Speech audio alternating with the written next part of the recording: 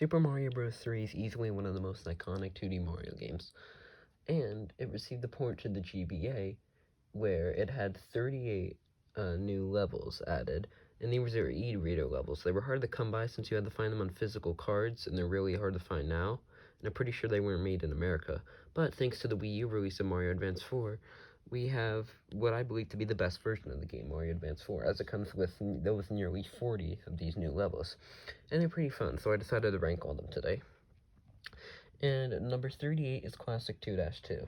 Some of these levels are just straight up ripped from the original Super Mario Bros. This is the underwater level from that game. It's fine. I guess it's cool to see what it looks like in Mario 3, but that's about it. Number 37 is 1-3. Same deal here, but 1-3 is more interesting as it takes place with mushrooms. Number 36 is 1-2, the first underground level. It's iconic. Number 35 is 1-4, the first level with Bowser and the entire Mario series, which is pretty interesting. Number 34 is 1-1, the classic level. Everybody's played it, even if you're not a Mario fan. And yeah, that's all the Super Mario Bros. Levels. Number 33 is a Wild Ride in the Sky. This one has you riding on lift platforms and going through clouds. A lot of these levels are pretty short and sweet, so it won't take much explanation. It's fun, and that's about it for it. Number 32 is Slide in the Slopes. This one takes place on some desert hills at night, which is pretty creative in art style, but nothing else other than that. Number 31 is Magical Notebooks. You're climbing up a tower with a cool background, but it's just a bunch of notebooks spanned everywhere. Feels like a bad Mario Maker level. Number 30 is Beetle Challenge. You ride a bunch of Beetles in this level, and it can be pretty tricky, but it's still fun. Number 29 is Swinging Bars of Doom. A lot of fire bars to avoid here, which can make it pretty tricky. And of course, Boom Boom is at the end waiting for you. Number 28 is Puzzling Pipe Maze.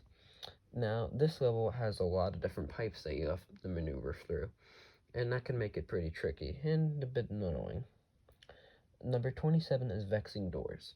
This is a level where there are a lot of doors to travel through, and you fight King Boo, and you fight a big Boo at the end. It's a ghost house level, which is pretty unique since those were originated in Mario World, not in Mario 3, but nothing else more than that.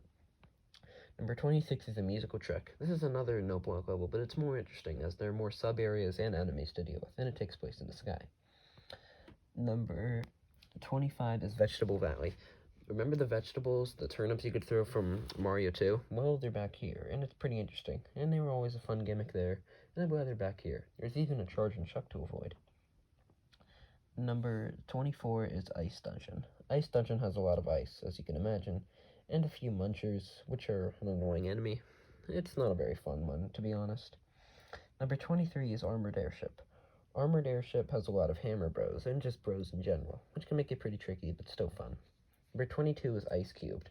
Yet another ice level, but there aren't munchers this time, so it's not as annoying. It's pretty fun. Number 21 is Doors O'Plenty. This is a more interesting version of Vexing Doors.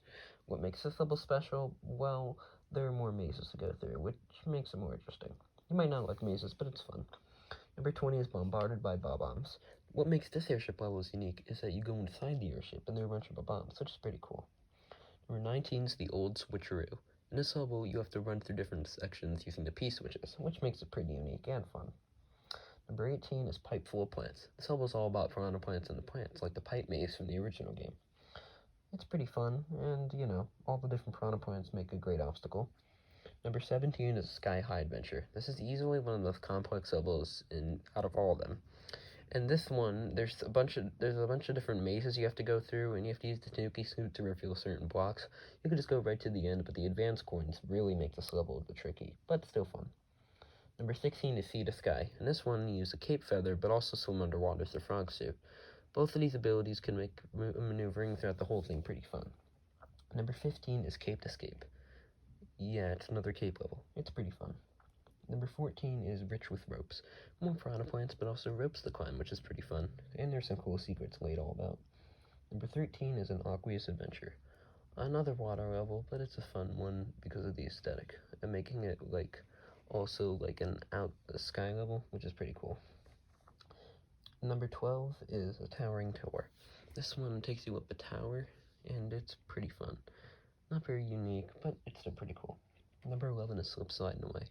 Near the end of the level, the screen goes back and forth, which is pretty cool, and all the different Buzzy Beetles make this a pretty fun ice level. Number 10 is Groundwork. Groundwork has you digging in the sand, just like in World 2 of Super Mario Bros. 2. It's pretty cool, and I like this unique gimmick. Number 9 is It's a Shoe-In. Remember the Karibo shoe that was criminally underused in the original game? Here is a fully fleshed out level with a bunch of swamps and spikes to avoid. It's pretty cool. Number 8 is Koopaling Confusion. In this level, there's a Ludwig you have to fight at the end. I honestly can't remember much from some of these levels. I'm pretty sure this is an airship. It's fun though. Number 7 is Bowser's Last Stand. This is pretty much just a remake of the Bowser Castle, the final one from the original main game in Darkland, which is pretty fun. I like it. And it's actually harder this time because there are more blocks in the final battle, which is pretty cool. Number 6 is Bowser's Airship 1. It's a pretty standard airship level, but the cool thing is in the next level it carries off in this area, which puts it pretty high. Number 5 is Airship Revenge. This isn't the next level, but it's pretty cool. You're also on an airship again, not much to talk about though. Number 4 is Treacherous Holes. In this one you have to bounce on a bunch of enemies above spikes, and there's a Cloud, the platform guy from Mario 2 you have to ride on, so that's cool. Number 3 is No Time to Dawdle. This is a speedrun level, and basically what you're doing here is you have to run and avoid a bunch of Goombas and Koopas and jumps, and getting the advanced coins is pretty tricky, but also pretty fun. You only have 20 seconds for this one too.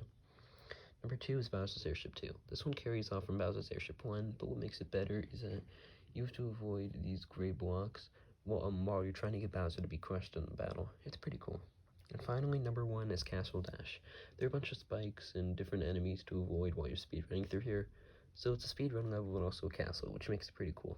Thanks for watching. Sorry this video feels rushed, but, a lot of these levels are pretty similar. Thanks for watching. Have a good day.